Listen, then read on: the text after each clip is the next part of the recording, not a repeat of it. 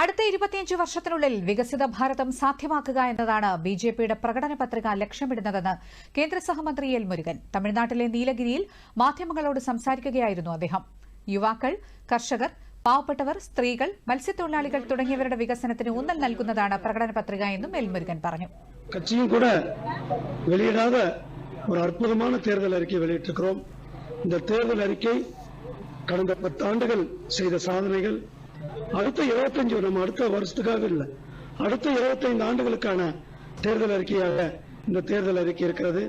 இந்த தேர்தல் அறிக்கையில 12 பிரிவுகளை மையமாக்கி நம்முடைய பிரதமர் அவர்கள் போக்கஸ் பண்ணணும்னு சொல்லியிருக்கிறார்.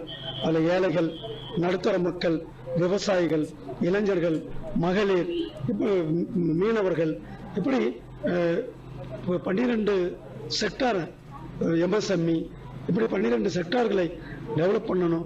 இந்த ஹப் ஆஃப் தி மேனுஃபேக்சரிங், இது எல்லாமே நம்முடைய பிரதமர் ஒரு பெரிய விஷன் டாக்குமெண்ட் வெளியிட்டிருக்கிறார்.